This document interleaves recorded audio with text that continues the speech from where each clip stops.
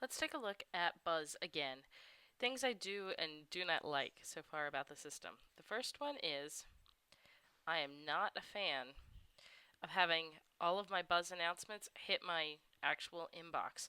While it's a good way to see any kind of replies, if you happen to get on a very popular discussion, your inbox suddenly gets flooded. So, I get to see the comments and the feedback and write replies, and that's nice. But again, I'm not so interested in seeing that hitting my actual inbox. Likewise, I don't want to see the numbers beside inbox and buzz, so up here under the settings, I found a way to disable that inside the Google Labs. So here we are back in Buzz, and as you're looking through the list inside of Buzz, you see that popular items get pushed to the top. The problem is that the more people commenting on it, the more it's going to get pushed to the top. Well, that's great in some places. Little posts and items that go flying by may get overlooked. So that becomes a little bit of a problem as to how to actually catch and see all of the more important information that just may be breaking now until it starts getting lots of these comments. I also don't really have a pause button, so if I wanted to just stop kind of this pile of stuff flowing by and as the new information shows up, I don't really have a way to hit pause. And over here, just as a nice thing that I can do, I can mute the post if I wanted to, and I could stop following, although I probably won't stop following Robert Scoble. And if he gets really annoying, I could just say report the abuse, but that's not the case here. One of the things that is kind of nice is that I can email it to other people, or I could get an exact link, which would open into a new window, and that would allow me to link to the exact thing. So I could copy and paste this link over to Twitter or Facebook or wherever else I want to drive people at this exact thread. I could do that. So that's just something to be aware of. Things that I also do like about it, though, happening inside of Gmail is that they have a large user base of people that are using Gmail or Google Mail globally.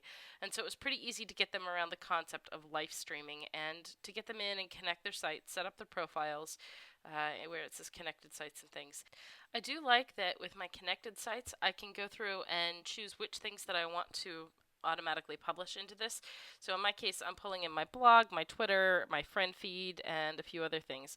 Now here's where it gets redundant. I want friend feed to tell Twitter whenever I post something from Google Reader. So I'm reading items in Google Reader and I hit share. And then I come back into friend feed and have friend feed share that information from Google Reader to the friend feed community, but I also have friend feed tell it to Twitter. So what do I have going on inside of Buzz? Buzz is picking up right from Google Reader that I'm sharing the article, and it's also picking up all of my friend feed information because I can't selectively have Buzz automatically pull in certain things from friend feed. So I'm hitting share from Google Reader, it comes into Buzz. And then it also goes from Google Reader to friend feed to Buzz, and it also goes from Google Reader to friend feed to Twitter. I'm usually really good about getting the traffic to quiet down. That's how I have Twitter set up to collect information from FriendFeed, which collects information from everywhere else. And I like that FriendFeed will send it out to Twitter, and I would like some of that functionality in Buzz, but as it is right now, I'm just not so sure what this Google Reader piece is going to do for me and how that's going to integrate and maybe confuse and bother lots of people that are following me in Buzz. So I'd like to have more functionality and control over that. I'd also like to see the same as in FriendFeed, how we have the ability to check out lists and groups. So I have my list of how I've organized people inside of FriendFeed. And you can make groups in your Google contacts, but it's not so apparent just from the overall Buzz experience. So I've gone through and made my list similar to the way Twitter lists are, and hey, if those two work together, that'd be sweet. But I've made my lists, and I'd like the same ability inside of Buzz.